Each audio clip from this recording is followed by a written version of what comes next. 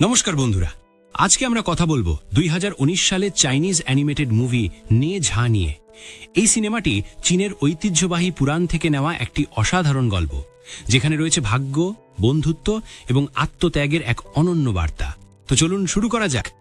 সিনেমার শুরুতে দেখা যায় প্রাচীনকালে স্বর্গ এবং পৃথিবীর আদিম শক্তি থেকে জন্ম নেয় এক কেওস পার্ল বা বিশৃঙ্খলার মুক্তা। এই মুক্তার বিশেষত্ব হল এটি চারপাশের সমস্ত শক্তি লোভের সাথে শোষণ করতে থাকে। এটি এতটাই শক্তিশালী হয়ে ওঠে যে স্বর্গের সুপ্রিম লর্ড ইউয়ানশি তিয়ানজুন তার দুই শিষ্য তাই ঝেন রেন এবং শেন গং বাওকে পাঠান এই মুক্তাকে বশে আনতে। কিন্তু কেউস পার্লের শক্তি এতটাই প্রবল যে তাই এবং শেন দুজনে মিলেও এটিকে পরাজিত করতে পারে না। তখন তিয়ানজুন নিজে এগিয়ে আসেন এবং 7 রঙের পবিত্র পদ্ম ব্যবহার করে কেউস পার্লকে দুটি বিপরীত অংশে ভাগ করেন। স্পিরিট পার্ল, যেটিতে রয়েছে সকল ভালো এবং পবিত্র শক্তি, এবং ডেমন অর্ব, যেটিতে রয়েছে সকল মন্দ এবং দৈত্বিক শক্তি। তিয়ানজুন ডেমন অর্বের ওপর একটি স্বর্গীয় অভিশাপ দেন যে 3 বছর পর স্বর্গের বজ্রপাত এসে এটিকে ধ্বংস করে দেবে। এরপর তিনি তাই ইকে নির্দেশ দেন স্পিরিট পার্লটি নিয়ে যেতে চেনতাং পাস শহরের লি জিংয়ের তৃতীয় সন্তান হিসাবে পুনর্জন্ম দেওয়ার জন্য, এবং এই শিশুর নাম হবে নে ঝা। কিন্তু এখানেই শুরু হয় মূল সমস্যা। শেন গং বাও ঈর্ষায় জ্বলতে থাকে এবং সে চায় না যে নে ঝা একজন মহান যোদ্ধা হয়ে উঠুক।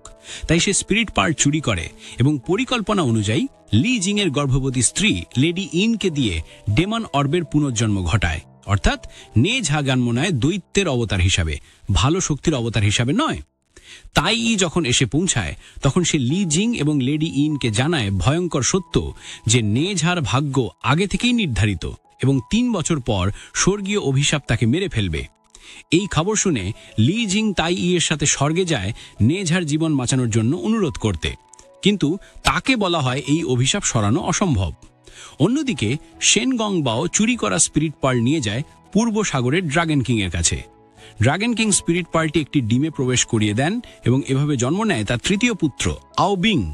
আসলে সমস্ত ড্রাগন জাতি সমুদ্রের তলদেশে বন্দী হয়ে আছে স্বর্গীয় আদালতের নির্দেশে, এবং তারা চায় স্বাধীনতা এবং স্বর্গে উঠে জিয়ান বা অমর হওয়ার সুযোগ।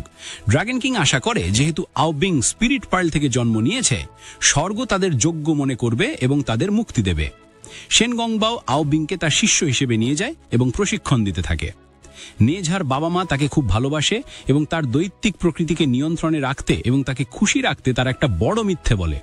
তারা নে ঝাকে বলে যে সে স্পিরিট পার্ল থেকে জন্ম নিয়েছে এবং তার নিয়তি হলো একজন মহান দৈত্য শিকারী হয়ে ওঠা। নে ঝা তাই ঝেন রেনের অধীনে প্রশিক্ষণ নেয় এবং দুর্দান্ত দক্ষতা অর্জন করে, কিন্তু তাকে কখনো দৈত্য শিকারে যেতে দেওয়া হয় না। এতে সে ধৈর্যহীন হয়ে পড়ে এবং একদিন নিজে থেকেই পালিয়ে দৈত্য শিকারে বেরিয়ে পড়ে। নে ঝা একটি ইয়াকশা দেখতে পায় যে একটি ছোট মেয়েকে খেতে চাইছে এবং সে ইয়াকশার পিছু নেয় এবং লড়াই শুরু করে, কিন্তু এই লড়াইয়ে একটি মাছ ধরার গ্রাম পুড়ে যায়।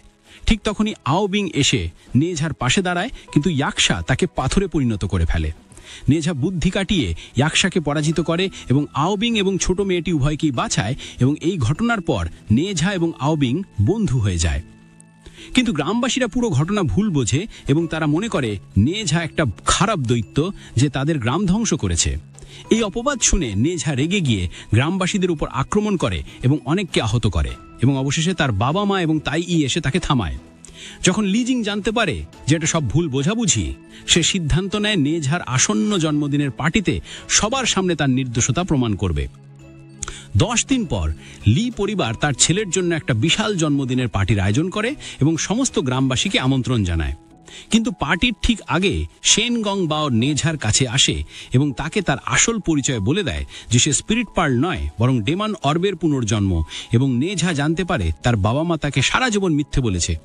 এই বিশ্বাসঘাতকতায় প্রচণ্ড রাগান্বিত হয়ে নে ঝা তার সত্যিকারের দৈত্বিক রূপ ধারণ করে এবং প্রায় তার বাবাকে মেরে ফেলতে যায়, কিন্তু ঠিক সেই মুহূর্তে আও বিং এসে বাধা দেয়। বিশ্বাসঘাতকতার যন্ত্রণায় নে ঝা সবাইকে ছেড়ে চলে যায় তার ভাগ্যের জন্য অপেক্ষা করতে। আও বিংকে ধন্যবাদ জানাতে গিয়ে লি জিং আবিষ্কার করে যে আও বিংই আসলে স্পিরিট পার্লের পুনর্জন্ম। এই তথ্য যদি প্রকাশ হয়ে যায় তাহলে সমস্ত ড্রাগন জাতি চিরকালের জন্য নিন্দিত হবে এবং কখনো স্বর্গে যাওয়ার সুযোগ পাবে না।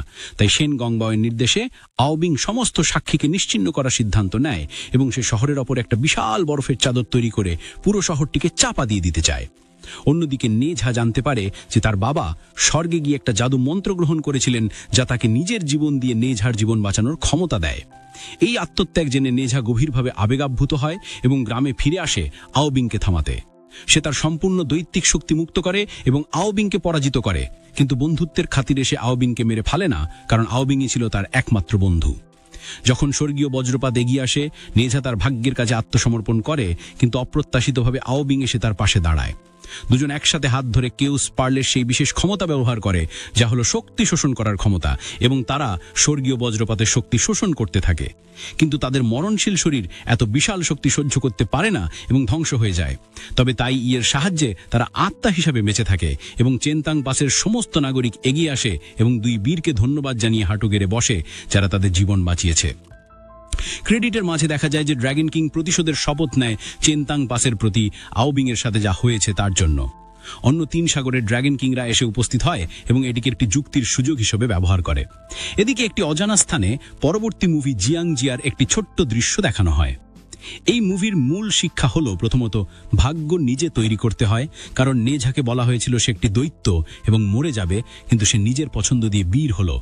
দ্বিতীয়ত, সত্যিকারের বন্ধুত্বের শক্তি অসীম, কারণ নেঝা এবং আওবিং দুজন বিপরীত শক্তি থেকে জন্ম নিলেও তাদের বন্ধুত্ব ছিল খাঁটি।